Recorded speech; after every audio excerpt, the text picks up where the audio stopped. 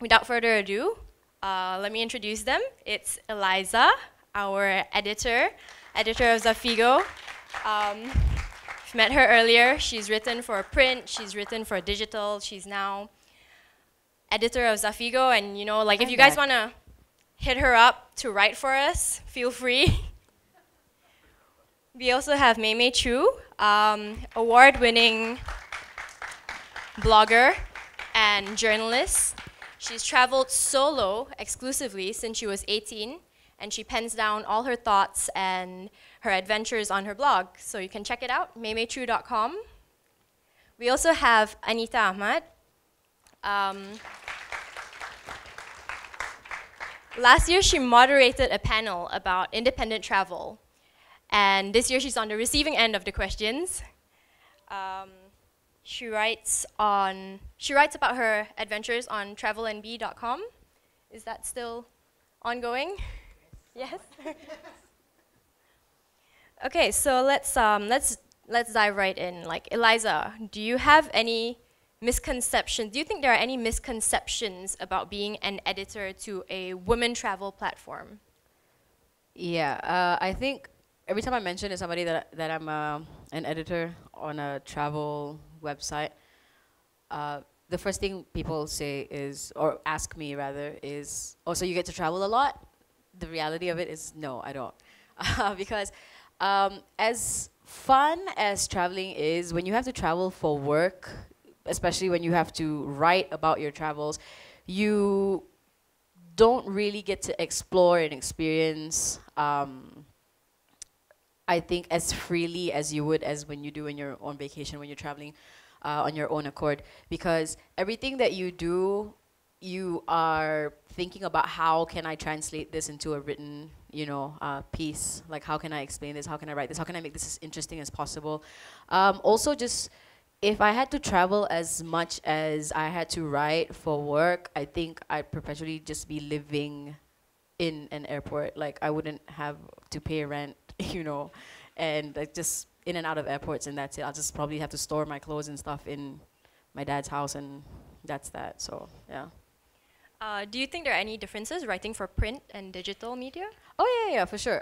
Writing for print, it's interesting, but you always have to make way for a page layout. You know, the designers are always like, you need to cut text here, you need to do this, you need to do that, you need to shorten this, I can only give you one page for this story. And you're thinking, I wrote 4 pages worth of a story, and now I have to crush everything into 1 page. And sometimes it's really sad.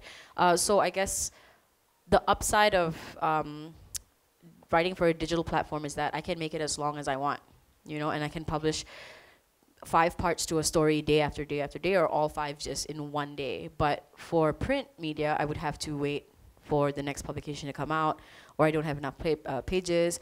But I guess the upside to print media, like to a print magazine, is you get pretty pictures, you know, like pretty layouts and creative looking pages, and that's about it, I guess. Okay. So May May, you also write for both print and digital. How did you get your start in travel writing and journalism in general? I first started writing with says.com. Some of you may be familiar with it. But I actually landed that job by accident. I was applying for a social media position, and then that position was filled, so they put me in a writing position. And once I started writing and publishing for the platform, I just fell in love with writing, and I found that it was something I could do. But writing news, writing daily news can get very depressing, because you are covering, especially at that time when I was in 6, I was covering the plane crashes, and there were the elections, and there were just so many negative news happening. So I needed a creative outlet to write happy stories to feed my soul. And that is why I decided to start travel blogging. And I want to agree with Eliza's points about how it is not just about traveling all the time, because you are managing client expectations. So that is why I still keep my travel writing as a blog rather than a full-time job, because I want to enjoy the traveling part of travel writing. Okay.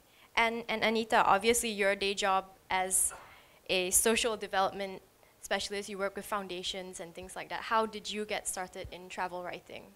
Yeah, I started writing about travel because I'm an introvert. So people know that I really travel a lot. And every time I come back, they'll ask, so how was it? And I just look at them and give a blank stare because I don't know how to. When I travel, I consume myself where I am. It is, and because I'm an introvert, I travel a lot alone. And I'm talking in my head a lot and experiencing everything. So I was thinking like, instead of people having to ask me all the time and me sounding quite unfriendly because I'm not able to really express myself comfortably, I decided to actually start the blog because of that. That's one. And I have been to about 50 countries, and I thought it was also quite, so in the blogging sphere also you see a lot of younger people's perspective on travel. Whereas I've done it, I mean, I'm a lot older, I'm in my 40s. So I thought maybe it'd be also useful to also hear the perspective of an older traveler as well. And what I saw in a lot of blogs was there's all this sort of focus on solo traveling. I'm a great advocate for that, but I'm also a great advocate of traveling, period. So I wanted to give kind of a perspective that you don't always have to do it alone. You don't always have to do it solo. You can do it stage by stage. Just travel in any way. But I also asked that, and I wanted to express that as you travel, look out for certain things. And it doesn't have to be so in-depth, like it's all historical and boring. It can be just experience, even like something ordinary as beautiful colors of the trees. So it doesn't have to be so I wanted to share that, but mostly because, yes, I'm an introvert. So with your work, you've obviously traveled to certain countries in conflict and things like that. How do you think it's beneficial for yourself, who is an introvert, you know, like being able to write and talk to your audience about these countries, especially in terms of the fear-mongering that we get a lot as female travelers? Yeah, that's a good question because I recently shared some photos, which it took me a long time actually, of when I was working, photos when I traveled to Syria when Syria was still okay. It was actually a bit of a painful process to share those photos.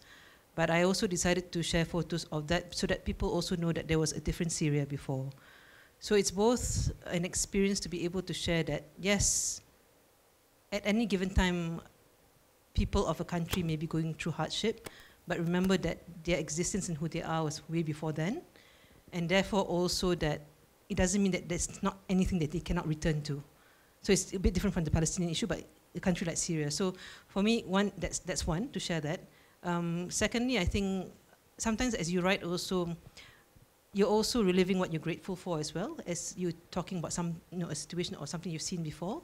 So it's also very cathartic as well to do that because, I mean, I can understand what you say when you've been writing about all these difficult issues. My work is not easy as well, and you need to kind of express it in different ways. So that can be one of them. I tend to do it more with photos because that triggers certain memories. But yeah, that's kind of the process, and yeah, it is a creative outlet, I have to say. Okay, so I mean, you mentioned sharing photos as part of sharing your experience. How important do you think travel photography is today in travel writing? I think I think there's many perspectives of travel photography. You have like somebody who I'll be interviewing tomorrow or speaking to tomorrow, where she's taken it as a profession. What's great now is that being able to capture an image is a lot easier for all of us, so that we can see. So I'm a great believer is that it's one thing to look at something, that's one interpretation, but when you take a photograph of something, it's actually a different interpretation, and it's of a second scope. So that's part of it. That's the good part of it. The not so great part of it, of course, is selfies are great, which I do as well. But is it really about you being there, or is it about you appreciating the place as well? So there are many perspectives of taking photographs. The photography is just a tool of discovering and capturing. So the intent behind it, I think that's a bit more important, I would say. Okay. And Eliza, like what, as an editor, I'm sure you get a lot of pictures and you get a lot of stories. Like how important is the photo aspect of it when you're receiving these stories? It is very important because, I mean, as much as you want to tell your story through words, sometimes you have to realize that people, if things get too verbose, people tend to skip. If it's just a whole body of text, people just don't want to look at it. I think you've seen it yourself. If you're looking at somebody's Facebook status, and if it's just you click see more, and it's just drop down of like just you're like, oh god, and you know at some point you just skip to the end because you just want to know like what the ending is, right? So I think images are very important, not only just to break up the body of text that you see, but also to keep your readers, locked in to what you're trying to say, because I mean this is a personal preference, because some people like to put pictures above of a picture depicting what they're going to say above what the paragraph, and then some people like to put it at the bottom. So either way, it's either drawing them in to read what's next, or basically put an image to what they just read, because sometimes, like, I can tell you about a purple room, but everybody will have a different shade of purple in their head, so to show you what I meant by a purple room is what I will put at the end of the paragraph, just to depict, stuff like that. So images are important, but then I think in the day and age of Instagram, everybody's trying to get that perfect shot with the shot with the filter and, like the right coloring and the editing and stuff like that. But if you're the kind of writer that can actually paint images with your mind, how your picture turns out doesn't really, matter. So, yeah. So speaking of Instagram, because that's actually part of May your talk tomorrow, right? Like not just doing it for the gram. What are your thoughts about millennials and travel photography, as they say? I think photography, Instagram is really has changed the face of travel. If you go to places like Bali and places like Hua Hin in Thailand, they have tourist attractions where it's just a place for you to take photos. So they have like little props in the background, and you can go and get that perfect Instagram shot. So it has changed how traveling has evolved from experiencing a place to taking a nice photo of you at the place. So I think that's a bit dangerous, because then you lose that discovery, because then you're chasing a perfect photo and not chasing that lesson of discovery that you want to, or you should experience to enrich your life. But photos should always be a part of storytelling when you are writing a story, either for print or whatever platform. You should always infuse that, because it literally makes your stories much more colorful. Yeah, and as a tip, for me, I like to take lots of photos, because when I'm back home in my desk and I'm writing the story a week or a month later after I return from my holiday, then I can look at the photos and all that senses, the color and the sound and the activities come back to me, so I can translate that in my story again. So do you find it difficult when you travel to have to find a balance between experiencing it and documenting it to remember? No, because I do enjoy the documenting part of it. I don't know about you guys, but when if I hike to a mountain and I'm at the peak and I see this beautiful scene, what happens in my head is I try to describe it in my head. So I'm like writing a little story in my head. So that's the fun part for me. So that's why I love travel blogging and travel writing so much, because I love taking photos and writing down all these things, because it helps me to be more alert and observing the little nooks and crannies of a location. And then it helps me to discover more. So I'm always searching for something to photograph, for something to take home with me. Okay, that's great. For Eliza, as an editor, how do you decide what stories are worth pursuing or what stories are not worth pursuing when you get these pitches? Basically, how they make me feel upon first read. A lot of the stories that we get, like when I read the first time, I'm like, wow. And the team usually hears me say that out loud. Like, I don't keep it in. I'm just like, wow, this is a damn good story. And, it's a tiny office, so everybody hears it. I'm pretty sure sometimes Marina hears it across the hall when she's in the other room in her office. But yeah, I always make it a point to,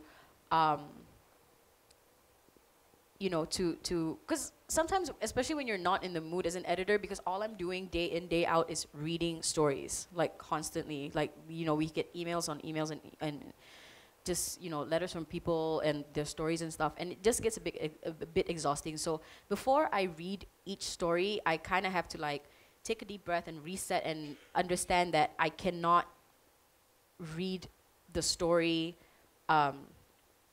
with a tired mind, or like if the last story was exasperating and not very interesting and stuff, I can't bring that onto the new story and impose it and then judge the story based on how I was feeling previously. So I kind of have to like quickly reset myself and then start the story again. And most times, luckily enough for us, we actually get pretty good stories.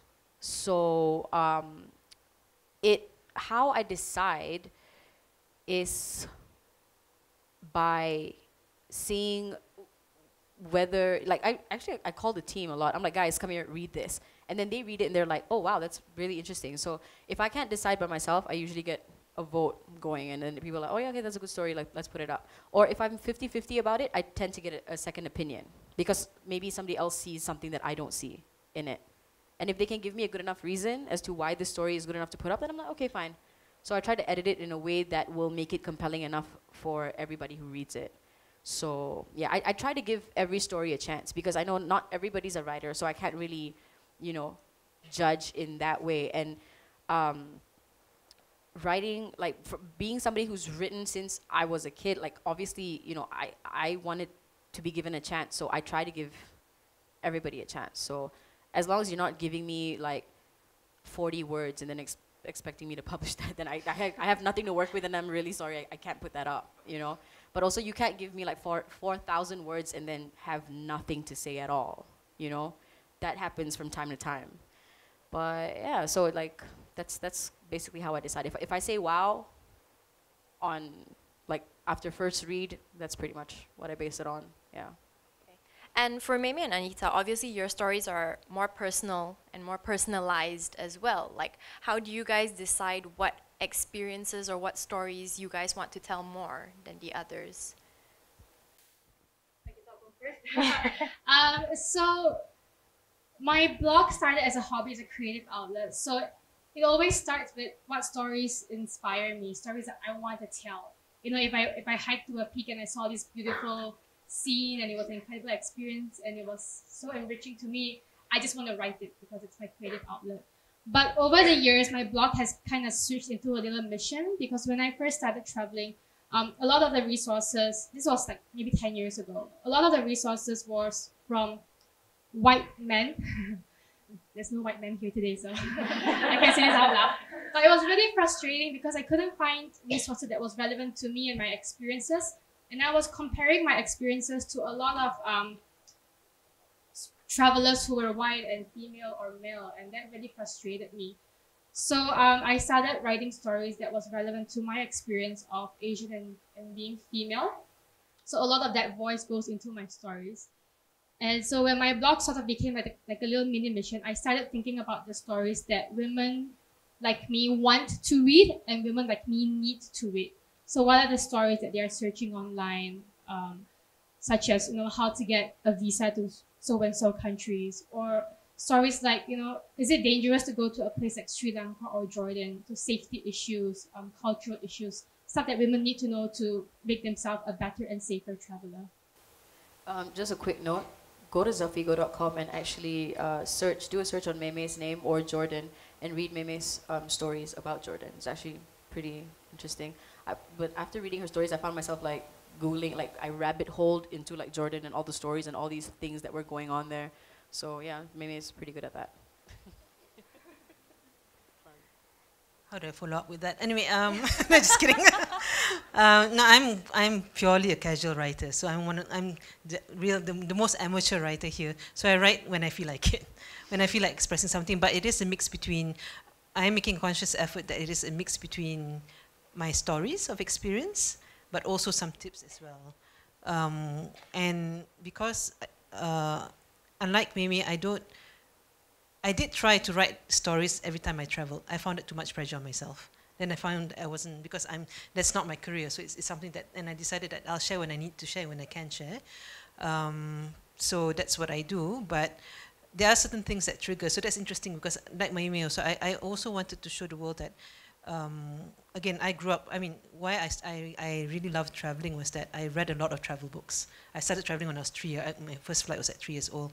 My mom used to share a lot of stories on traveling.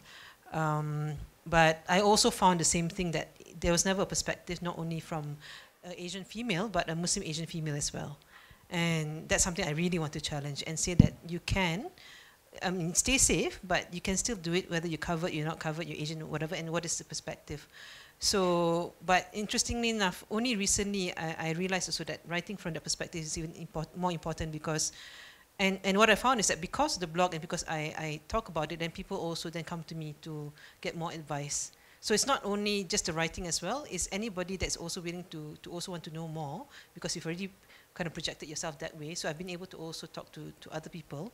And because of that, they've also come up to me, and then because of that, I've written on that subject. So recently, an American lady that, so I'm part of the Eisenhower Fellowship, and she's a program officer there. She had traveled to Scotland on her own. So she's Asian American, and she asked me, I don't know how you were able to, she was insinuating that I don't know how you travel as an Asian person in a white land, basically. That's what she's saying, although she's American, because Scotland, there must have been parts of Scotland. So I actually wrote something about that, and she found that really refreshing, because I did give tips on how it feels, because I had, at that point also, I was traveling alone in Wales, and I was honestly the only person of color there. Every other tourist, there was nobody from China or anywhere else. But then I could actually share tips. So it also comes from what people tell me and what I feel that they need at that time. I actually wrote it for her. And what she did was then she also shared it with other people as well. So my inspiration comes from, I'm a Gemini, introvert Gemini. So I go left, right, and everywhere in terms of ideas. Now, I have no fixed agenda. I just, when it feels right, I just do it. So because I do it for hobby and I do it for myself, and I also do it for whoever wants to read about it. So it's not for a print or to sell something or to show something as such. But underlying it, a lot of it is writing and saying that you can do this, and you should do it, because when I travel, this is what I discovered, and I hope you can discover the same thing as well. Because it's not just about taking that photograph, it's not about just saying that you've been there, but it's also the experiences that you have. So I mean, building on to that, how do you think travel writing, especially travel writing from a woman's perspective, or from an Asian woman's perspective, how do you think it has begun to make changes for other women? Well, I can't speak so much widely, but at least from my experience, the fact that some people have actually come up to me and said, like, I want to do this, how can I do this, is a good start. Because at least there's somebody else speaking in their voice. So it's the same thing, like, and it's obviously not limited to just in the country, right? I had an American friend who lives in the West, but also feeling that. So I think that's very important, and I think that the more that we share our stories, we're also telling other women that you can do it.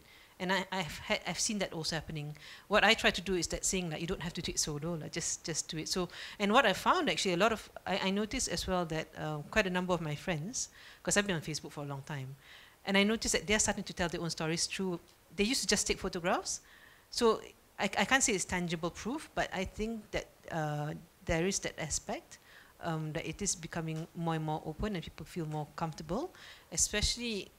And I think now is the most critical time for us to share our stories, because you do hear more dangers. I mean, I just went to a U2 concert.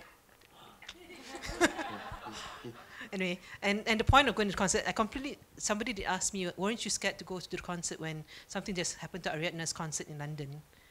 And I was like, yeah, but it's not going to stop me as well. So, it's not to say that go into danger, but it's to show that continue despite the challenges, and these are the tips that we can share with you. So I think now is, and it's going to get more so. More and more things are happening in different countries, but it shouldn't stop you. And Mei, what's your take on that? Because you were saying how your blog kind of became this mission to have this voice out there and have people read this content specifically catered to Asian women. Like, what's your take on how it's changing the travel industry? This is really loud. I think beyond female empowerment and how more women are traveling, I think travel blogging has also made travel a lot more inclusive. So on Facebook, I am part of a, if you guys want to join, please, it's called Female Travel Bloggers. And there's like 6,000 female bloggers from around the world. And there are Chinese bloggers, Latin American bloggers, big women, small women, women in wheelchairs, and gay women writing about traveling as a gay person. And it's just amazing to see so many different stories, so many different women. And it just made the scene such a more inclusive space for everyone. So traveling is not just something that rich white or European or American people can do. It's just an activity everyone can enjoy. And when you're out there experiencing other cultures and sharing your culture, I think it just makes the world a much more inclusive space. Cool. So with this wave of, hashtag Me Too stories that are propping up, and, like we are hearing more stories of women coming up with their experiences, how do you approach those stories as a journalist, it's a very fine line to walk, between trying to educate people to stay safe and fear-mongering. Like, as a journalist, how do you balance that sort of writing?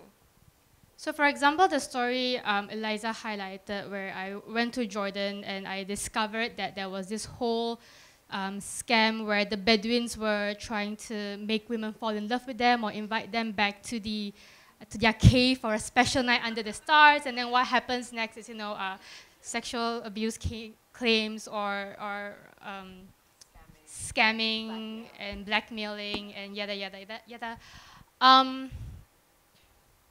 I think when you're writing stories like this, or when you're sharing stories about you being harassed, you have to be very journalistic about it. You don't make wild accusations, you don't make big claims, you don't accuse. Sometimes you want to use the word allegedly. So you just have to be really careful not to overclaim and make wild accusations. And you have to be fair about it, because at the end of the day, if you're writing about a community that harassed you, your stories will impact them, because then you are portraying them wrongly. So you want to portray the correct light and be fair about it. What are your takes on this? Like you said, fear-mongering, we recently, I think it was a few months ago, we got a report from Thomson Reuters, and I know a lot of people are like, Thomson Reuters is the last, place on earth that you should actually take, facts and stuff from. But they said that India is the worst, it's like the unsafest place to travel, like the #1 unsafest place on the list to travel to as a woman. And the stories that we hear, because we have stories coming in like from Google, like we do like a Google search thing like every day, and a lot of really scary travel stories come from India, and then the emails that we get and the stories and the experiences that we get from our readers and contributors kind of make it seem like that report is true. But then you hear from other women, like women who live in India, who've lived their entire lives in India, because we have a regional editor who's based there, and she takes care of our stories for South Asia and the Middle East, and she insists that no, it's not as bad as the media makes it seem, But then sometimes you hear stories and you're like, should I put this out, because it's terrifying, like some of the stories that I read, and I'm just like, wow, it's like, I start feeling really like upset, like I get emotional about it, and I tell the team, and then they get all like upset and emotional about it, and it's terrible. But and then I have to make the decision on whether or not I should put this out and let women know that this is what's happening in this city or this state, or do I want to not create that wave of fear, Sometimes it's really hard, but that's where Aditi, our regional editor's role, comes in to verify whether or not the story is as bad, or this case is as bad as it's written out to be, or whether she can verify with, like news pieces or reports to authenticate the story. And if she doesn't have very strong backing for the story, then it's a no-go, purely because I don't want to incite that fear or that sense of panic in people, and then also, further paint India in a bad light. So, because as a website that's trying to cover Asia and the Middle East. You know, we can't just isolate and point fingers and make one country look bad and like show favoritism or what's the word? The opposite of favoritism, but anyway, you know, towards any one place. So we try to be as neutral as possible. So yeah, you know, and that is whether, you know, a place is as supposedly, you know, scary as India, or countries that have like human rights conflicts and issues that arise. Like obviously we don't want to condone visiting places that treat fellow human beings unfairly, but then we don't want to ruin their tourism or their you know, the livelihood of the country and stuff like that. So, you know, it's an executive decision that I have to make as editor. So yeah. Do you feel like you have the same concerns writing for your personal blog regarding these things? Because, you know, there are a lot of writers out there who are trying to make it, they don't really care what the subject is. They try to write very clickbaity articles to get people to click into it. What do you think the personal responsibilities for, you know, bloggers are, like personal bloggers?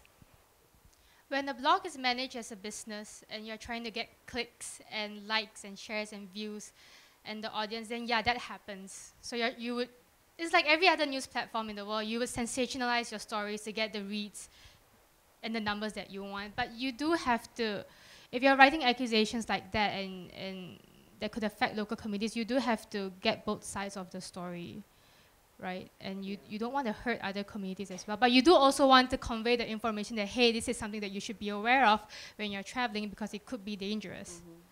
So you have to toe the line and hold yourself back and not sell out your story to sensationalism. Because then your blog carries your name, it's your credibility at stake as well. Are there any changes that you would like to see in the travel writing community? Yes.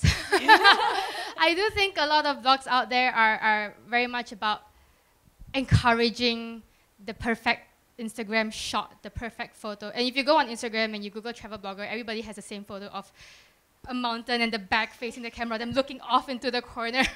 So I do hope that a lot of travel bloggers can start writing personal stories and different perspectives rather than just it being like a blog with a collection of 15 photos. Then it's just, you know, you're just doing it for the photos and you're just doing it for the fame rather than writing stories that can inspire people. And Anita, your take on that? Yeah, I feel the same way as well, because it's true. When the first thing that you tend to see with all this travel blog is the shape, right? The guarantee slim person. I'm sorry. Not slim. Not somebody that looks like me. I do follow some of them. At some point in a bikini, and at some point there'll be blonde hair as well, which is fine because people like that also exist. But it would be nice to have a lot more variety. So I also followed that group as well. So it would be nice that it's a lot wider. But people like me are not going to get the clickbaits unless I do something sensational, which I do have sensational stories, but I don't want to share them because they're very private.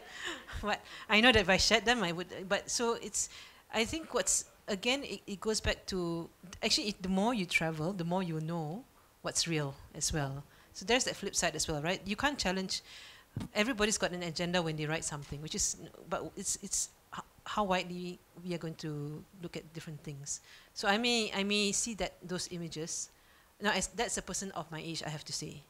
It does concern me that it also influences maybe teenagers and thinking that that's the ideal way of doing things. So that's a bit dangerous. So, and that's why I have to say, I knew of Zafigo from the day it started, and that's why I continue to try to participate as much as possible, because platforms like this, and I think tomorrow I'll be talking to somebody as well from Bangladesh who also tries to promote traveling from a different perspective in Bangladesh, that the more that we have this different kind of avenues and this kind of platform to talk about it, then people know also that there are a variety type of travelers, that it's not just about one kind of person, and that it can be a lot more inclusive. And that's why I think people of color like us who are trying to talk about it, and for that platform to be even wider. So hopefully we'll see, platforms like Zafigo also going really a lot wider than this, to show that there's different perspective, whether or not it sells. But because at the end of it, it's like what you said in your choice of the stories, is what makes it compelling as a human, right? It's the human stories at the end of the day, and it's just as compelling as anybody else's. And what we don't realize is that our target market is not the West. Our target market surely is Asia. And that's a wide, I mean, there are more and more people from China traveling. You see a lot of people, ladies from Japan. Women within Bangladesh also are trying to also cultivate that. So we have a lot more other audiences, notwithstanding language, that we can reach out to influence as well. So a lot of opportunities. So now that we're talking about, we need more women of all shapes and sizes and, backgrounds starting to do more travel writing, like what advice do you have to people who want to start to write about their travels, or, who want to maybe write their own travel blog, Eliza? Like, So just to kind of bring together what you said about pictures, like you write, you post more pictures than you actually write. One thing that I hear very often is, oh, I can't write. Oh, I'm not a writer. Honestly, I've interviewed a lot of writers from my time in Clio, and even now, like when I ask them, why do you want to be a writer? They're like, oh, I just like to write. Okay, fine. And when I ask them, what makes you think you're a good writer? They say, oh, I have a degree in journalism, or I have a blog, or I have a master's in English. A lot of times, those things don't matter, because you can learn the rules of writing. You can learn all the grammar, all the punctuation, all the spelling, all the big words, all the antonyms, the synonyms, and everything else under the sun, right? But if you don't know how to put those all together and be somebody who can tell a compelling story anywhere in 7 words to 7,000 words, there's no point, And I think the only way that you can actually become a good writer is, one, practice makes perfect, but also read. A lot of people don't like to read these days, They think reading is boring. No. Pick up a book. When you pick up a book, I think a lot of us did this when we were younger. Like, we picked up a book, and if we found an author that we liked, we kind of just went and bought all the books and kind of picked up, right? Whether it was like Nancy Drew, like the Hardy Boys, Enid Blyton, like the Mallory Towers and St. Clair and all those kind of like stories and stuff. You picked up a book and because you liked the style of writing, right? And you read almost every single piece of work that this person produced. And I don't know if that's how everybody else functioned, but for me, that's how I kind of developed my writing style. I read books by certain authors, and then I was like, okay, this is the kind of style that I like. I like humorous. I like a little flair. I don't like too serious, boring writing. Like, I'm always like injecting like wit and pop culture and like a bit of sarcasm, like into my writing. And after a while, like, you practice. After you do all that reading, all that studying, then you put it down on paper, and then you start practicing. You start taking the voice that you listen to and trying to make your own, and it becomes your own voice. So that's what's most important. So if you think you can't write, honestly, all it takes is just practice. Every day, like at the end of your day, write 1 page. Commit to writing 1 page. That's your form of practice. I don't know if you guys have read the book, The Outliers, by something McDowell. I forgot his name. But anyway, so it says that to become a master at something, you have to put in 10,000 hours. 10,000 hours. Anything less than 10,000, you're not a master at it at all. Like, you still have room for, to improve and to perfect your craft. So if you guys like seriously, not only just for travel blogging, for anything that you want to do, whether it's write poetry like Sue May does, or, write a book or write a blog, or, put in those hours. As long as you practice, and I think that just applies to anything that you want to do. If you practice, you'll get it at some point, because you've put in all that work and all that effort to perfect your craft. So I can't write, or I'm not a writer, is not a valid excuse for anybody at any age. Yep.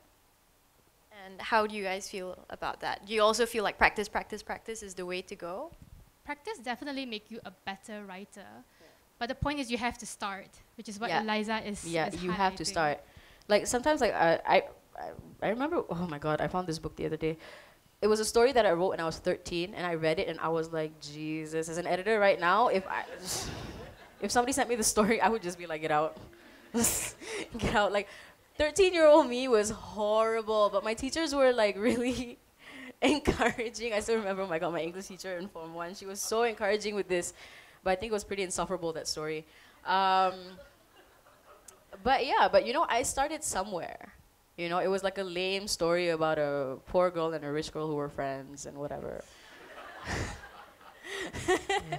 Well, for me, it's like, so we've started in my organization, the organization I work for, we've started wanting to share our stories internally first before we can capture it, before we publish it. Because we do a lot of work, we work in a lot of communities and projects and all that, so we felt that we need an outlet. So because I started writing, so I can write to some extent, but I have a team that's very nervous about it, so they've never written, they're quite scared about showing people what they write. I say, okay, let's just start with a small thing. So on the project basis, you're going somewhere, you have thoughts about it, right? So it's in your head, what your thoughts about it. So start slowly, what is that you want to express about something? So at least then, and it's just pour it out. Doesn't matter how it sounds, just put it down on paper and then see, and then worry about the editing later. So it's about wherever you go, you're observing, because I think that's something that we do. I mean, for those of us who have grown up reading, I think we are able to see things quite widely when we look around. That's why reading is important. But if you have to cultivate through with somebody, it's like you see something, okay, you think it's too black, it's too white, it's too whatever. It's something, right? It's a thought. So just write down your thoughts as a starting point of what you observe, and then go from there. That's the first thing. And secondly, it's also about not being afraid about what people think that you're writing. So when I first started my blog, I started thinking, oh crap, how am I going to it's really expressing myself and all that, and what are people going to react, right? So it can be a bit of a wall, and so what I told them, I said, look, if you show it to one person first, if you feel nervous and you want some kind of feedback, you can, if I'm too scary boss, okay, don't show it to me, but if there's, look at somebody in the office who you find is a friendly party that you can face, and just show it to them, get some feedback. So there's a stage-by-stage process that you can do to it now. Yeah, always surround yourself with people who can give you constructive criticism without being negative or without being hurtful, or without somebody who doesn't like shoot down your dreams and be like, oh, maybe you shouldn't be a writer. I had somebody tell me that, and this person was my creative director. They told me, like, maybe you should just stick to singing. You shouldn't be a writer. And that, like, absolutely made me miserable, right? But when I started publishing, when I joined publishing, the boss that I had, and I told this story earlier to somebody, that when I submitted my first 4 stories, she sent me an email, and it took me about 10 minutes to actually open that email because I was so scared, because my last boss told me I sucked. So I was like, oh God, like, here we go. Like, she's probably gonna tell me, pack up your stuff, get out, first week on the job. I opened the email, and she says, first 4 stories, great job, looking forward to more. I literally had to take myself to the bathroom and cry in a stall for 15 minutes because I was like, okay, so I had not been lied to my whole life. I'm actually good at what I do. So you need to surround yourself with people who encourage in you. Maybe they don't believe in you, but they encourage you because it's your dream, But then again, don't close yourself off from criticism. I know it kind of hurts, it kind of stings, and I'm pretty sure like we've all gotten it, and at certain points you're like, what, But you need to know that if you believe in yourself enough, that's good. But you just need a good, support system. And yeah, and even if you don't want people around you to know, there are platforms that you can submit your work to just anonymously, and then ask people for your feedback, for their feedback, and take the good and the bad and just find a balance between that to improve yourself. Yeah. I just have a really quick question. How many people here document or share bits and pieces of their travels on Facebook and Instagram and Twitter? Yeah. So technically all of you are travel writers. Yeah, exactly. Even if it's even a status or just even like a Twitter update, So it is travel writing to a certain extent, and then you just build upon it. So 140 characters, just make it 140 words and then 140 paragraphs. So you just expand. that jump was a bit. Please don't do 140 paragraphs. In journalism, please don't. In journalism, 1 sentence is 1 paragraph, so it's 140 sentences. So that's okay. So maybe if you feel that it's daunting to start, just start with Instagram, start with Twitter or Facebook, share small paragraphs, and then build upon that. Just write longer and longer and longer stories. Yeah. Do you find that, putting this content out there, that women have a tendency to be passive readers? Like, they will read it, they will click through to your stories, but they won't tell you they enjoyed it. They won't tell you how much they enjoyed it, or, it made them want to travel. When they enjoy it, they tend to be a bit silent, and when they have something negative to say, then they'll point it out. Yeah. How do you deal with that when you put your work out there for people to judge? With a very thick skin. I've had people tell me, your story is not good, you don't even look pretty. I'm like, what? That's how I look has nothing to do with my story exactly. But the person didn't like my story. It's actually a guy. But this person then attacked how I look. Just gotta let it roll it off you, But obviously all these likes, shares, and comments are very encouraging, from strangers especially. But if you can't find that validation from strangers, show it to your mom. She'll validate she'll validate you. But it is not the most accurate measure of the success of your story. All these social media comments, they're not the most accurate measure. So you have to trust in yourself and trust in getting better with every story. And it took me 5 years before people started commenting on my story. But the first 4 years, nobody even bothered. I didn't get any response. Actually, that is something I think that everybody should pay attention to. Like, the social media reaction to whatever it is that you post is not a validation. You can get 1,000 likes or even just 1 like, but neither number is a validation of your talents or, your craft or your passions. And that is just something that's you and you alone, Because, like, somebody can have a really meaningful picture of something that means the world to them and only get 2 likes, and then somebody can just be on a Bali swing with a flowy dress and do whatever and get 15,000 likes, but even though that's the same picture that 10 other women have posted before. Exactly, but 15,000 likes because why? Oh, it's a pretty picture of Bali swing. You know what I mean? It doesn't really mean anything. So I guess that's one of the important things about, social media validation doesn't really mean anything. Yeah. And people do buy social media likes and shares, so just be aware of that. Oh, so many have wanted to sell that to me. It's like, I get all those like, oh, this is great, why don't you, blah, blah, blah. The comments and the DMs, yeah. People buy likes and shares, It's crazy. Like, I have friends who work in PR and marketing, and they want influencers, like, oh, 700,000 people following them, but 700 likes. You're like, huh?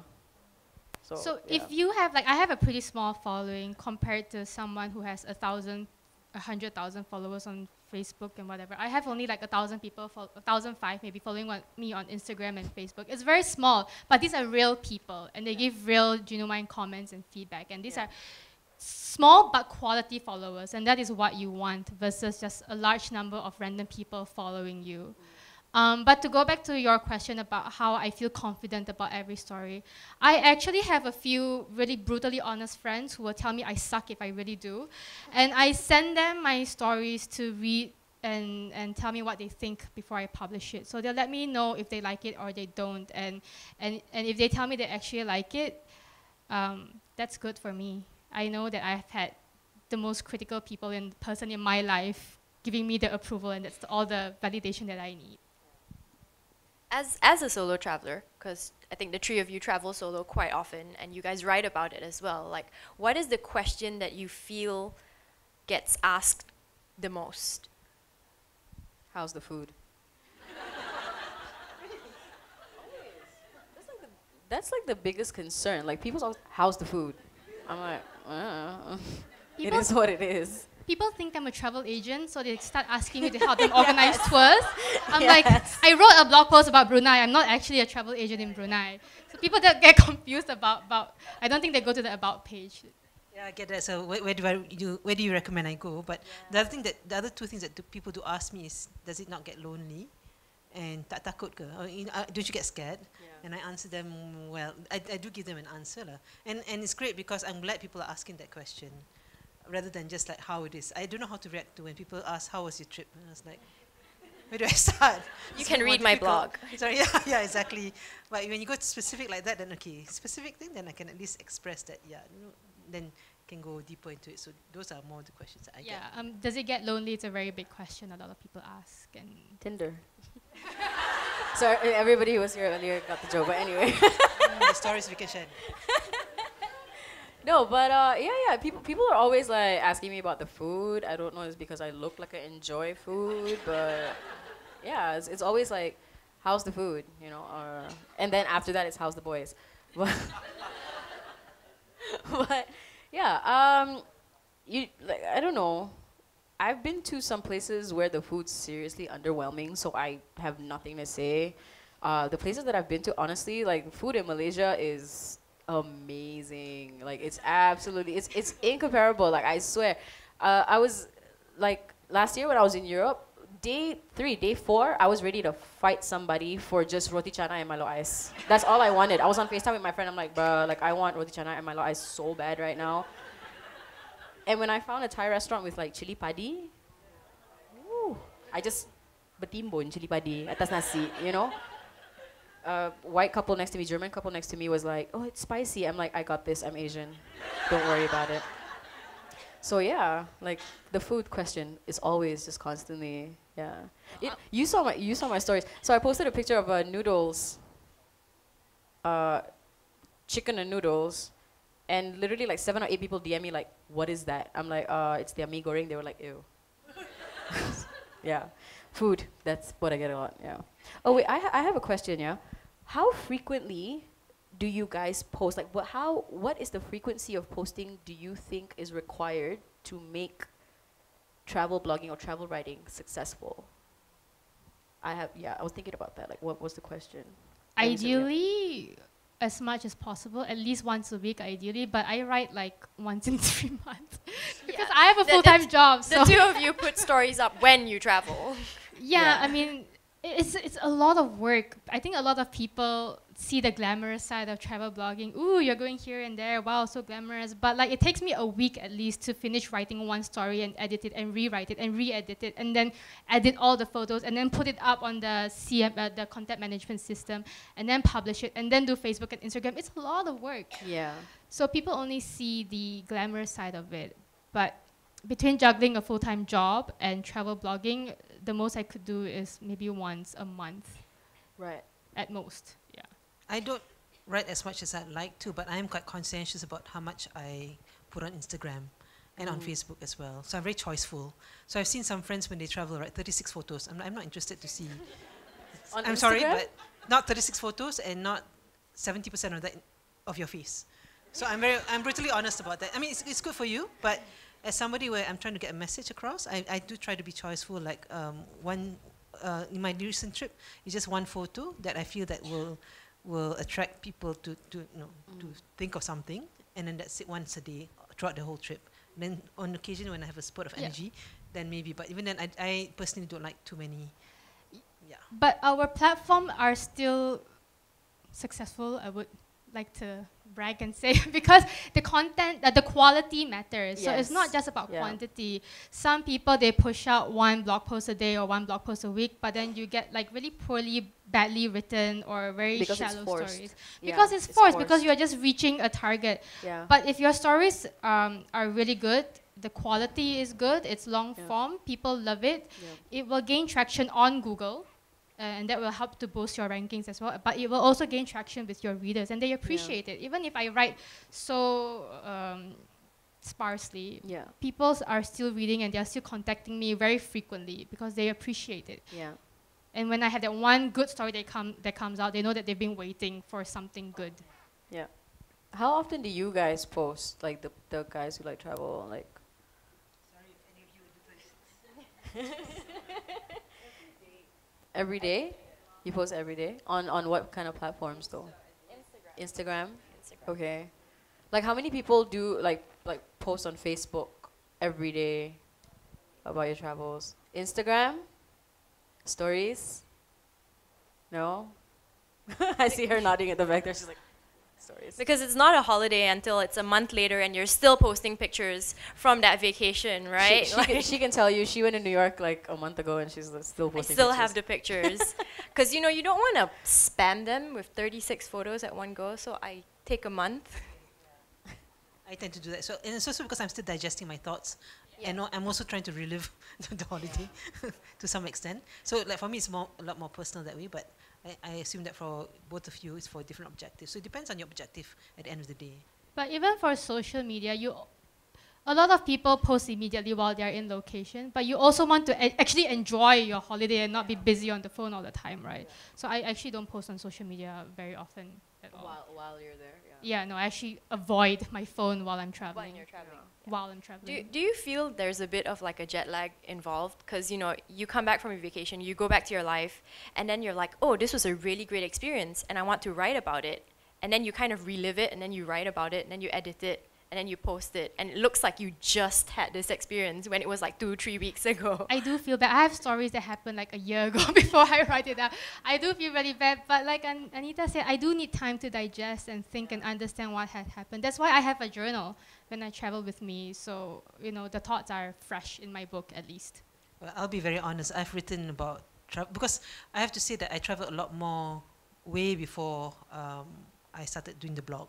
So more of my stories came from before. So for me, it's because again, I'm not so focused on necessarily such a big audience, and I think there's some validity in showing some stories because the countries I do talk about as well are the countries that not many Malaysians I know have been to. So depending on how you're putting it, and you have to be very honest about when it happened, not like it just happened yesterday, and and the way you're saying the story also is in its context. So that is important. So you're not just projecting the wrong thing as well. So you have a responsibility as well as you share something. Yeah, if it's a time-sensitive story, then you want it to come out immediately. But my stories are not time-sensitive. They're mostly like experience. I saw this, I saw that. This is what happened. So, Do you think it's very important for you to digest what you felt and what you experienced before putting it down to words? Do you think that comes across to your readers? yeah, because I put thought in it, and I'm not just trying to say it's a pretty mountain. I'm trying to tell you what I learned from the mountain and how the mountain changed me. So I do need time to think and process and give you a deeper connection to my story. For me, it varies. It depends. So the article I wrote about traveling as a person of color, it was as upon concluding my travel, and because I already picked it out along the way. So writing that was very fast. But for some other things where it's a bit more historical, there was a bit more, and I saw a lot more, and it's something I need to go a bit deeper. Then I take time to write about it. Okay. What's the most underrated, like we're just gonna wrap it up a little bit before, you know, we take questions from the floor. What do you think is the most underrated advice you have gotten as a writer?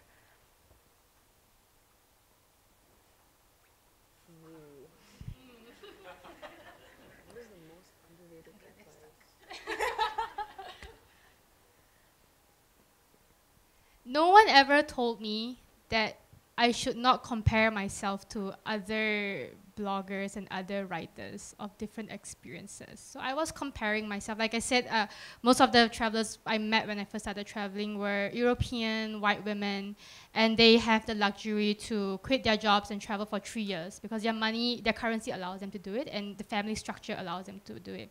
As a good Asian daughter, you know, I need to have my retirement fund. I need to be at home to take care of my mom, and you know, I need to have a respectable job. But it's not just I need, but I do appreciate these values and do want to have them. So it took me a very long time to come to terms with, you know, I don't have to be those kind of travelers or those kind of travel writers. I can be my own niche. So no one ever told me that. So I hope you guys can take that home with you today. I think. Nope. I'm just trying to. Nobody ever gave me any advice, honestly. Yeah, nobody gave me any advice. You Yeah. just throw it in the water and just figure it out yourself. Yeah. So that's advice for all of you interested to go Yeah. into travel writing. Just start swimming. Yeah. We did a panel like this when we started writing. Yeah. No. Nobody. I guess. Make sure that don't think that you are. Don't be complacent. I guess that's what I can say. Don't be complacent. Always know that no matter how good you think you are, no matter how many awards you get, no matter how many accolades, how many likes, whatever, you always have room to grow. Your voice can always change. Your writing style can always change. And just be open to that, I guess. Just be open and fluid and accepting to change. Yeah. And learn and better yourself. That's about it. I think even like somebody like Stephen King is always changing and improving and he's, sold many books and movies and whatever. So yeah, just be accepting the change, I guess. So I think on that note, like anything that you guys are curious about learning, you can raise your hands and, you know, we'll get someone to get you a mic and you can ask our panels anything Yep. you want to know. Comments, criticisms, Or, you know, bring it on. any comments you guys have about anything that we've said that maybe resonated with you. Any advice that you guys should have given us 5 years Yeah. ago? Yes, over there, us too. Hi everyone. Yeah, Hi. I'm Gwen from Singapore. Hi, Gwen. Hi. So, I was actually wondering, cause you said that you have friends who you call around to get support on advice, like if you're not too sure whether you want to post something, and then you said you have friends as well, or you'll just go to your mom. But was there any time that you didn't get the support that you wanted, and then it was left hanging, and you reconsidered posting it, and in the end it was like not posted? And how did you deal with it? Like, I mean, most times my friends do respond, but at the times when they don't, I go with my gut. You know, if I believe in this story and I believe that it's a good piece, just go ahead and put it up. You know, if you really believe in your work, that's honestly all that matters. You know, you're just trying to get a second opinion. It's called a second opinion for a reason. Your opinion is one that matters most, and if this is your work, put it up. I just wanted to ask you about the journaling, like while you travel. Personally, I really appreciate it, like doing it. So just an advice, like from you, if you could advise us on what aspects of, like, to include in the journal, that would be. What aspects to include? Yeah, like what to include in the journal? Is it the senses? Is it while you're there? Is it like the smells, the, you know, your thoughts, the feeling in the room, like advices, whatever? I write everything. Yeah. Actually, I don't really have specific things that I write. I just start with the first word and everything just starts flowing out. Yeah. But that's the beauty of writing with a pen. Yeah. It is very different from writing with a keyboard. Because with the keyboard, you kind of like structure sentences in your head, and then what comes out is something that looks like it's been edited already. But with a pen, it's more like free flow, and the creative juices starts flowing. But I would say you would want to write about obviously what you saw, what you experienced, what you ate, but also you want to write about the name of the restaurants if you're blogging or if you are, you know, personal. Oh, okay. Yeah, lessons and your thoughts and your memories and stuff that 10 years later when you read back at your journal, you're like, oh yeah, that happened. That was really cool. So stuff that you want to remember for a very, very long time. I wouldn't underestimate putting down dates and time and places that you go, because depending on if you're doing back to back, you should.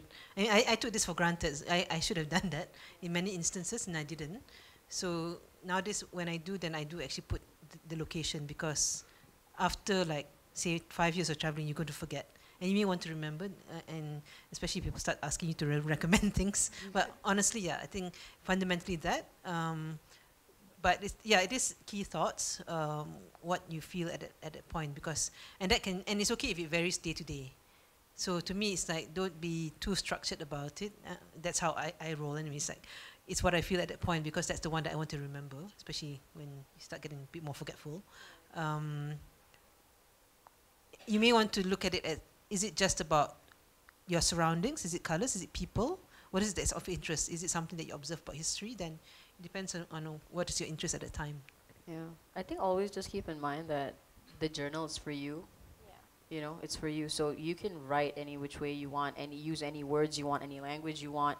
You can, you know, cuss, you know, swear, do whatever, like write whatever you want, you know.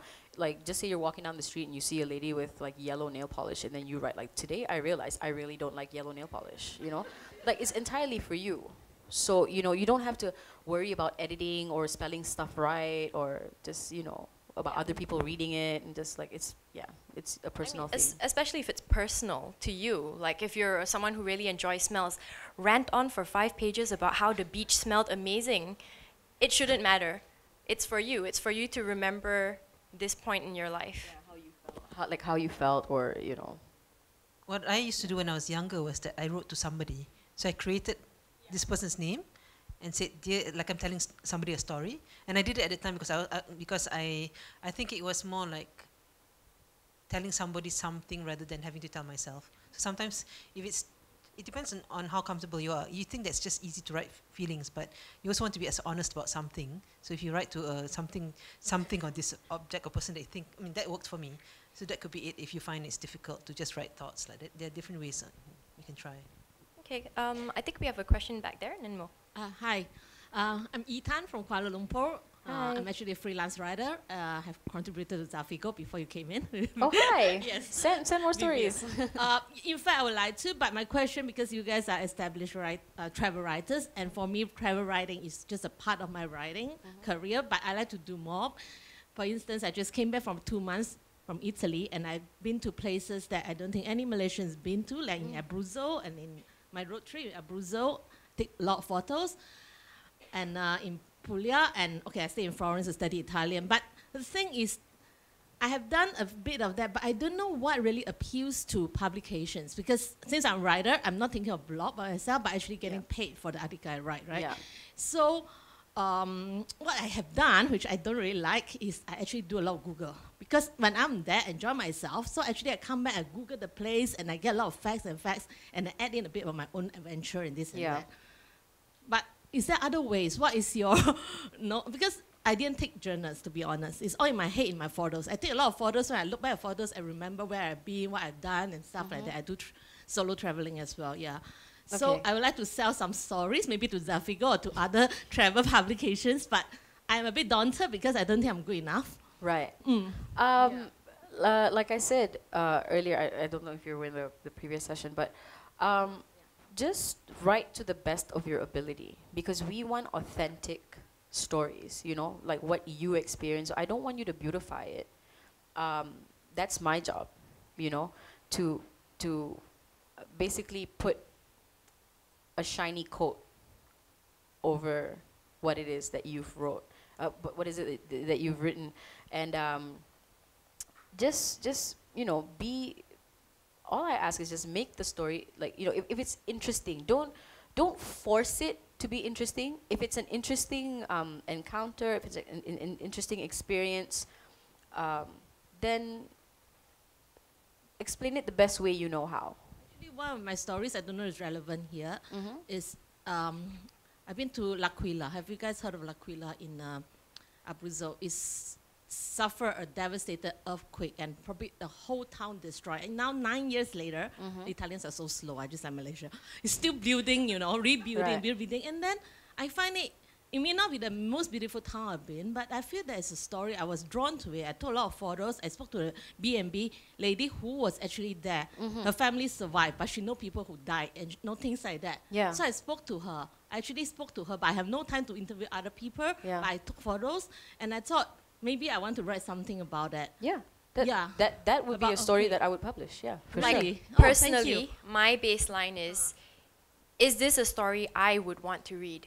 Is this a story I'm interested in? Yeah. Because if you're not interested in the story that you're telling, chances are the audience isn't going to be either. Yeah, that's what So it is. whenever you are thinking about writing a story, whenever I'm trying to pitch a story, I'm trying to write a story that I would want to read. Yeah. Not just I want to write it. I want to read about this topic. I think it's interesting. I want to find out more about it. So that should be your baseline. Because, you know, I mean, even what you mentioned about you were in Florence and you learned a language I there. actually had 2 articles, one on a guest blog, another one in Marie Claire a few years ago, and another one in another magazine about my studies, learning experience in Lucca. So what are you worried about? No, seriously, I'm quite proud of that. You know, it's not the money I earned, but I actually wrote about that, my own experience. Sounds like just But do more of it then and just pitch Yeah. it and continue. Yeah. And obviously, you want to know, you want to research about the publication first. So, do they want personal stories, or do they want food stories, or do they want list stories?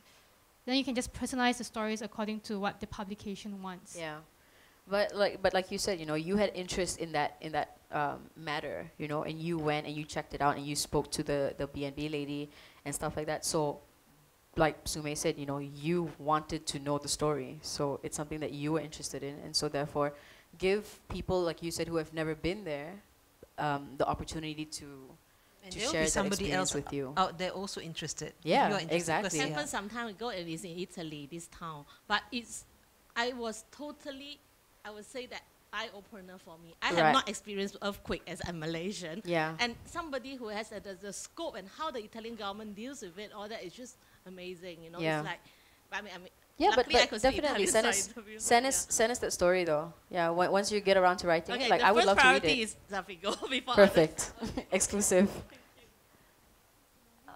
Can we get the mic up Oh no, front I mean she's right there, first? so Oh, might as she's well right just, yeah. Sorry, Asha. My question would be, let's say for someone who is not a writer or never write before but feels that I have a story to tell, Okay. and what's the process like? Let's say we were to submit our stories, but there's like tons of grammar mistakes or structures and blah blah blah. Don't worry about that. That's my concern. That's my job. Okay, You know. So you just tell me to the best of your ability what it is that you want to say. You know. If you feel like you have trouble developing the story, you can always email me and tell me what your idea is and tell me like this is what I already have. How can I make this better? How can I make it stronger? And that's my job as an editor to basically guide not only the writers who are on my team, but also anybody who's sending in their ideas. So I have contributors from all over the world who send me stories, you know, and or pitches. And sometimes they'll be like, yeah, I went to this place and I learned this or I found that out or I saw that and I want to write about it, but how do you think I can make it interesting? And then I do a little bit of Googling and then, you know, I check it out and I'm like, okay, so apparently this and that, maybe you could find that out or you can write about that. So whatever your idea is, I mean, you like, you know, like May May said, you have to start somewhere. So start wherever it is that you feel that you can start at, and then just send it over, and then we'll discuss it. We'll help you expand. We'll help you learn, and improve. Yeah. Eliza's a very kind editor. I will tell you, editors in other publications might not be as kind and gracious as Eliza because I have been rejected many times. Because like grammar mistakes and sentence structures are all very important, and some editors don't have the time to correct something as basic as that. But there are a lot of writing support groups out there and a lot of tools that you can access. I think in Malaysia, like the Malaysian writing community on Facebook as well, you can just put your stuff there and ask for feedback and people will be able to tell you how to improve it or help to even proofread for you. So just look out for other resources outside to help you proofread or to be your editor before you pitch it to an editor. Yeah. But yeah, I just treat people who send their stories in the way I would have wanted to be treated when I was starting out and sending my stories out. I think that's like the only way to be in just every aspect. You treat people like how you want to be treated. So that's the only reason that I'm actually just very, like guiding and stuff like that. Just I in think that for sense. a new writer, a great place to start is places like Zafigo, and even the Star newspaper has a reader contribution section. So a lot of this reader contribution section, even though you don't get paid, it's a great platform to start writing and to get your byline in the paper and publication, and then later you can use this in your portfolio. Yeah. So start with those because they are more forgiving when it comes to sentence structure and grammar. And then when you get better, then you can start pitching to publications. Even Air Asia's magazine has a reader contribution section, so you can also look into that. Sorry, my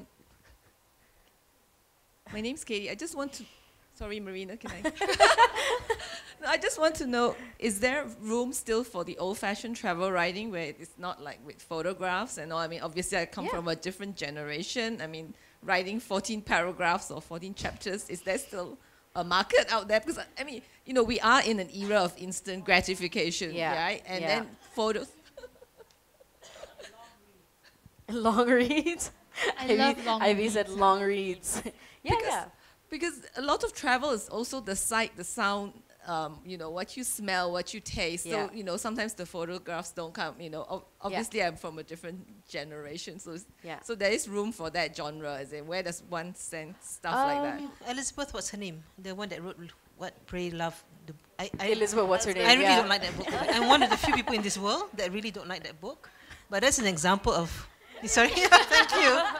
Because all her experience, I'm like, yeah, so what? I did it. But the reason why I didn't like it was because I thought it was a travel book of sorts, right? It was an experience. Yeah. And to me, it wasn't a big deal because I had gone through all that. The big difference was she wrote about it, I didn't. I mean, honestly, that's what it is. So it was an ordinary story for some of us, but it was an extraordinary story for so many people who could relate to it. So I think there is still a room for those kind there of books. is. But like I think what you meant is, you know, a long read in the digital era, right? Medium.com. No, this is a platform where Yes, the readers yes, appreciate long yes, reads. yes. And honestly, I'm a millennial and all my readers are young people, but all my stories are like 1,500, 2,000 words, and people still read it. And actually people appreciate it, because in the space of all listicles and just photos, long reads has become rare. And I see Ivy over there nodding her head, so she is your target audience. No, but also like I said, the pro of writing for digital as opposed to print. If you were to give a print magazine, you would either have your story condensed immensely from the 14 paragraphs that you said. It would just be cut down to a page or a page and a half, you know, inclusive of images and stuff like that. The thing about digital is that if you sent me that story, I would find a way to break down that story to maybe 5 pieces, 6 pieces. So it becomes a series that I can upload, you know? That's how I look at it. And we actually have this is a couple something of that we stories have like done that. before. Deborah Chan, right? She was somebody who was with Zafigo X last year. She wrote a story about holidaying her children. So her husband took her daughter to somewhere, Taiwan or something like that. And then she took her son to another country that was close by. And then she wrote about that experience. And it was super long, and then she broke it down into sections. So because of that, I was able to make a 3-part out of it. So there's always room. You know, we can always find a way to, you know, publish your story without removing that essence. Yeah, that long read that a lot of people crave. So yeah. So I think Asha finally just give Asha the mic. All right, this is really interesting, right? Because I've traveled to 43 countries and never actually wrote anything about it. Time to start. Right, yeah, and I wish we had this platform like, you know, back 20 years back, right? And I'm hearing there's a lot of interest in this room about writing and gratitude journaling writing, right, is also something that I picked up probably 2 years back. And when I started that, what really helped was getting prompts. You know, you have gratitude journals that gives you prompts. Now, just you know, maybe as a matter of something that you guys can actually consider, do you think that maybe Zafigo can actually come up with like writing prompts, like travel writing prompts, you know, where people who do not know where to start can actually use that, you know, as something that they can get started or kick-starting, you know, your writing process. Because right now in my journey, and especially after having founded Find Your Mojo, I think writing is something that I really want to do, and I really want to do more of it, right? Because no matter what the experience is, until you put it down into a story, that's when people are able to really relate to it. Right, so that's one. Actually, my real question is that in Instagram, right, you actually see people posting pictures of their travels, and the description has got nothing to do with the pictures or the places they have traveled to. It's a hashtag deep quote. Well, yeah. So what's your view on that? I mean, you know what? Instagram is a very personal thing. You know, what people want to post on there and what they want to say on there is entirely, you know, it's up to them. Whether or not we judge, you know, that's on us. I judge like crazy. But Zafigo doesn't judge, so you can this tag is- us, it's you know, in your personal, it's photos personal, and in it's your very Insta personal. stories, and you can use our hashtags. That's fine. She judges personally. On a personal level. But I don't know, but at the end of the day, honestly, you know, it's Instagram. People post what they want to post, you know. People say what they want to say. Captions, you know, say so much and mean so little, or they say all of like 5 words and mean the world, you know. But Some people are posting on Instagram to share personal things. Some are posting to get likes. guilty of So both. you can really see the difference when the photo and the caption is unrelated. So So I think it just depends on what a person's use for Instagram is and their objective. Yeah. Some people clout chase, you know, if you don't know what that is, they just want the likes and the everybody wants to be an influencer in their own way. Some people do it because they just genuinely like the picture and it's a great platform and they just want to share with, you know, their followers, and that's that. Like you know, people I don't know what to say except hashtag deep quote. That's it. Oh, Marina has a question. Yes, Marina? Yeah, several things, you know. We keep talking about nonfiction, which is fine, since I'm doing a course in nonfiction writing right now. But I'm just wondering whether Eat, Pray, Love was nonfiction. And personally, to me, all it told me was that Americans don't know how to eat, pray, or love until they go out of America. Any Americans here? Sorry. Kristen. But anyway, kinda true. I'm just wondering, I mean, there are many ways of writing about travel, about a place, about what you felt about a place. One of the areas is actually fiction writing. So what do you think about, I mean, we're all talking about non-fiction writing, so we are talking about real places. I mean, that's the difference between non-fiction and fiction. One is facts, and the other one you can make up. Yeah. But people often do make up stories about real places, only the story maybe, you know, is not real. Yeah. So do you think there's room for that too? Fiction, travel fiction. Yeah. Even on our platform. Maybe short stories Yeah. around a place. It might inspire you to write a I don't know, love story or whatever story about a place that you've been to. Yeah, I mean, I would like I said, as long as the story is good, and you know it's inspiring. When I say inspiring, I don't mean like, oh, go get out and like do whatever. Like you can just, you know, it's a good story and it makes you feel good and it makes you like want to share it with somebody and you're like, hey, this is a really good story. You read it, of course. Like but it should be labeled fiction. Yeah, but it should be labeled fiction for sure. Yeah, like to make sure that you know, like.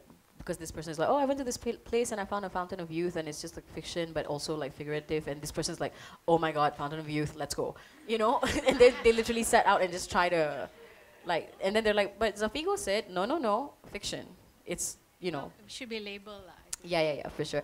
No, as long as it's a good story, it doesn't paint anybody in a bad light, you know, there's no like defamation or like libel, like slander about countries, and you know, like nothing too intense or controversial, then yeah, like why not? I'm game, as like I said, as long as it's a good fictional story.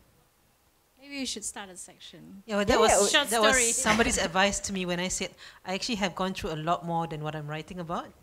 Very personal to me, a bit scandalous, some of them, I'll admit it in this room. Which I would never be able to get away with it in this country. Then that's what the person advised. Why don't you write it in the form of fiction? Because it's still a story from experience, right? And a lot of fiction writing is based on experience anyway. Yep. And so I think it's a great idea because that gives room to, because it's an expression also about some form of travel.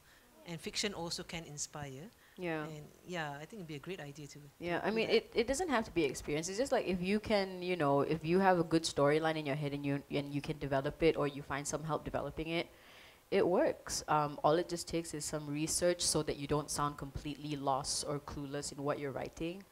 And it works. I mean, there's somebody in Malaysia who wrote a book on erotica and with zero erotica experience, like BDSM. It was a bit like, you know, so. But, you know, she winged it and she was selling books. So, like, okay. So I guess, you know, just a little bit of research on your subject matter should go a long way. But honestly, personally, to me, I think every piece related to travel, whether it's fiction or non-fiction, is a love story about you and life.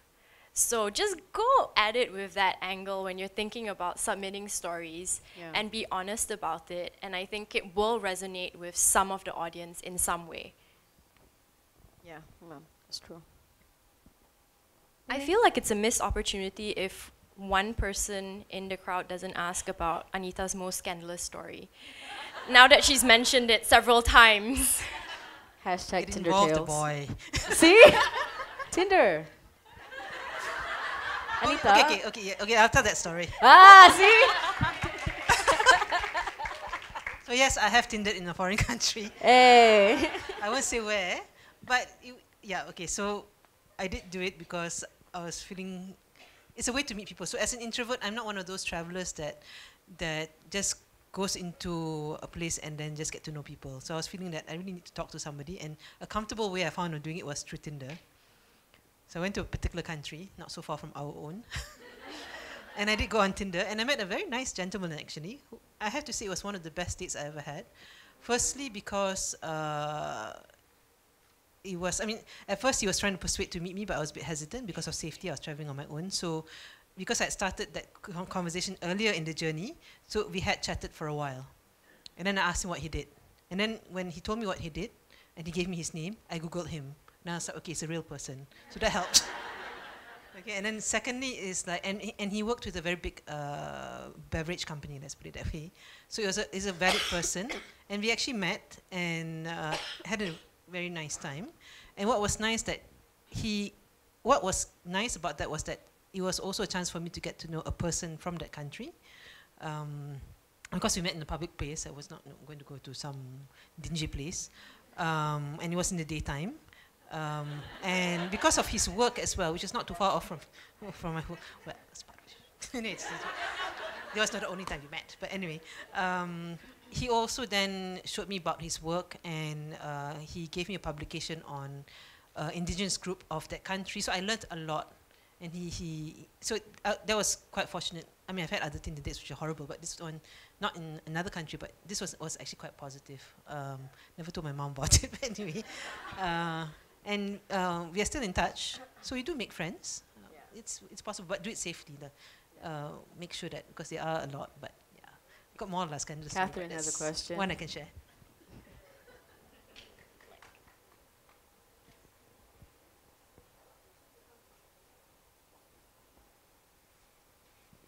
Hi, my name is Kathleen. Hi, Kathleen. I am also a travel writer and blogger, and I've contributed to Zafigo before. Okay. Yeah. Wait, your name's Catherine? Kathleen. Kathleen? Kathleen. Kathleen. Okay. Yeah. Cool. Okay. My question is, while it's great to have Zafigo, very open to receive contributions from all kinds of travel writers and all that, I personally feel that it's disappointing to see in Malaysia that print publications, especially like our English newspaper, like The Star, for instance, not very open to receive pictures regarding personal travel stories. So I mean, like every Saturday when you see your Star 2, there are a lot of stories, very listicle, or like your usual destinations around the world, like Europe, Australia, or some parts of Southeast Asia. But there are not many personal travel stories, interesting ones, in places that are off the beaten track, or even like unconventional Central Asia or something like that. What's your comment on that? And how, for travel writers like us who wish to pitch such stories like that to not only publications on the website, but also for print? But the thing is, there are not many of those publications in Malaysia that would accept that kind of stories, yeah. Right. What I can say, I mean, for magazines, I guess for newspapers it's the same. It's editor's discretion, right? It's editor's discretion. Obviously, they have their own editorial guideline on what kind of stories they want to put up. But also, a lot of that are also depending on advertising. So a lot of the stories that you see are sponsored trips. Because AirAsia sponsors Malaysia Airlines, I don't know, some travel agencies, or the local tourism ministry of the country would sponsor the Star to go and cover. So a lot of that are junkets or sponsored trips. But the Star does have a readers section where you can contribute personal stories. But every publication has a different editorial guideline and the style that they want to go for. So Zafigo loves personal stories, but maybe something like the Star or bigger publications, they want like the traditional form of travel writing. With print magazines, I can tell you that we don't usually take readers' contributions, submissions and stuff like that, because there's a team of writers all dedicated to specific sections. So you have the fashion, you have the beauty, you have the lifestyle, and stuff like that. And these writers have already been tasked to fill out the pages. A little like magazine insight, basically. Every month, there's X amount of pages that is allotted for the magazine. You have a base amount, and then you build up the amount of pages based on advertising. How much advertisements you get, how many pages they pay for, and therefore you can add on to that. So ads aside and editorials aside, the amount of pages that we have left are to basically, the pages are enough for the content that we need to produce on a monthly basis. And sometimes there's no space for that. And on top of that, sometimes the editors have no time to sit down and vet through submissions. It's hectic, it's really busy, because the editor's job is to go through the entire magazine and also handle the business side of it, meaning advertising, advertisers, making sure that all our press obligations, our PR obligations are fulfilled, our ad obligations are fulfilled, budgeting, paginations, all these other things aside from just looking at stories and stuff like that. So that's probably why. So I hope that answers your question, but I also hope that it doesn't deter you from sending your stories in, because sometimes you might have a travel story and then me as a lifestyle editor, I don't have time to write a travel story, and I see your story and I'm like, hey, this is pretty good. So I run it by my editor. My editor's like, yeah, okay, fine. So we get in touch with you and we'll be like, listen, we're gonna run your story.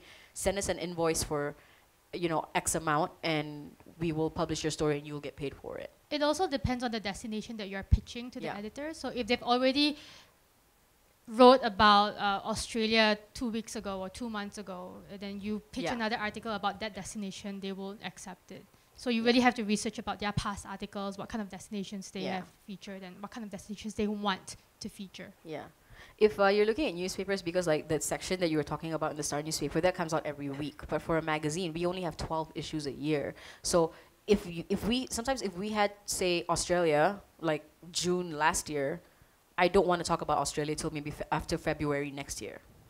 So there's also that, print magazines, they have most print magazines in Malaysia, they have a theme that they adhere to every month. So sometimes it can be like this month is purely beauty. This month is purely denim. That month is purely travel. That month is health. That month is hair, the hair issue, So that's why sometimes you see a magazine, you see the health issue. Why? And everything in that magazine is to do with health. Whether it's health-related beauty products, health-related fashion, which means, your activewear, your apparel, stuff like that. And then everything else in lifestyle is just all health-related. So they have themes that, and then the travel section will probably be health getaways, stuff like that. So, yeah. What you can do, though, is not just limit yourself to Malaysian publications. Yeah. There are tons of international rags that will publish user submissions, your travel tales and things like that, and they'll pay you for it. Yeah. There are a lot of in-flight magazines that do that. There are a lot of websites that do that. So you can just do your research. Don't limit yourself to Malaysia. To just Malaysia. Yeah. Think about it. Submit something in the UK and you get pounds. So. Yeah. So I think we have one more question, Catherine. Like we have time for one more question. It's not so much a question, but maybe an appeal to, with a lot of our travel writing and blogs, it's quite hedonistic in the sense that we talk about ourselves and our travel experiences. Yes, I do get the part where we want to empower other women like us to travel, but I was wondering whether we could up the game a little bit and provide, while not compromising the need to empower and to share our experiences, can we give other women a leg up? For example, you've done all the work, you've planned out your holiday. Can we include your itinerary with the blog so that someone else can just pick up and run with it and don't have to go through the same you know, we don't have to reinvent the wheel, and we don't have to look for the same hotel. We don't have to go through the, you know, it's a lot of work behind that. So if we could have an itinerary that's like, go to this hotel, check in here, 5 days, do this, that would be awesome, I think, yeah? And that itinerary can be shared again and again. So, like, can we have, the appeal, I guess, is can we have something in a travel blog or a travel writing piece that can help, that has got a less hedonistic, I guess, angle to it. And even highlighting the work of other women at the destination that you travel with. So, for example, I just recently came back from Nepal, like I said before, and there was a group of 3 sisters who started up 3 Sisters Trekking, and all they do is they picked up girls who are homeless or who are in the rural areas, and they trained them to become trekking guides in a very male-dominated occupation. And can we highlight these women in our travel writing and say, you know, if you're going to travel next time, use them, because they're also very ethical, where other companies, you know, make their guides carry 35 kilograms. They say, our guides only do maximum of 10 kilograms, you know. So yeah, so my appeal is, can we have up the game a little bit in travel writing by giving other women a leg up. And also there's a suggestion for Zafigo. Can we, since we're talking about travel writing, perhaps in next year's Zafigo X, we could award the best writing of the year that's been published in Zafigo X, or perhaps even have like a competition if people want to come up here and read their poetry about travel and give some kind of award. I think it's a nice expression of travel. But I also want to commend Eliza and Anita for talking about Tinder. I think that's a very yeah. No, but seriously, that's very brave confessions, I think. And I didn't confess to anything, I was forced to just put it out there. Yeah, in our research with women, a lot of women talk about that, but they don't want to talk about it publicly. But they all found that very empowering to be able to do that. And even married women use Tinder, and there should be no shame behind it. You know, we use it as a travel tool. Why be ashamed about it? And I thank you for voicing that out on behalf of all women. Okay, so maybe just one final question before we wrap it up. Because I won't be coming in tomorrow, and I'm so regretting that I have travel plans tomorrow. But I'm going tomorrow to Chiang Mai with a completely new way of looking at Chiang Mai, although I've been there 100 times. But I wanted to just take this opportunity. I signed up for this because I support everything that Marina does, right? And that's a good friend, Marina. Yeah. But I have to say that after this one day of experience, and I'm going to start tearing up, that I want to just congratulate Marina and the team at Zafigo. You guys have created such an amazing safe space. Thank you. And I think we already have a community here. Thank you. You know, it's really great. I didn't think I was going to, you know, I came in like, okay, Marina, right? So Zafigo, why not? I've written it for Zafigo. But I'm going away with so many rich perspectives, and more than anything else, we already have our community here. Good luck, and you know, we really need to develop this community, and I would love to play a role in that too. Thank you so much. Thank you. Thank you so much. So yeah, we're gonna wrap things up. Thank you so much for staying throughout this very long panel session. I believe we've run over our hour and a half. Thank you for your great questions, and just I hope we see you guys tomorrow and the day after as well. Yes. Please try to make it Saturday and Sunday, because we have a whole host of really, really interesting speakers. Marina's going to tweet it out. And we'll tweet it out on Zafigo as well. We have our Twitter is Zafigo Asia, right? At Zafigo Asia. No, at Zafigo, sorry. It's at Zafigo. Yeah, our Instagram is at Zafigo Asia. Don't forget to hashtag Zafigo X 2018. But yeah, please, you know, if you're not doing anything this weekend, please show up tomorrow and Saturday to listen to our talks. We have 4 women on each day. No, five about 5 women on each day, and we have panels as well where you can, do this again, Q&A, and also workshops where you can learn self-defense and how you can start your own community of travelers, like women travelers and stuff like that. It's just very informative. It's very inspiring. And it's a great networking opportunity as well. So I would, on behalf of Zafigo and on behalf of Marina, I would like to thank everybody so much for coming today, for taking the time out to come out today, spend your day with us. And we hope to see you for the rest of the weekend. Thank you so much.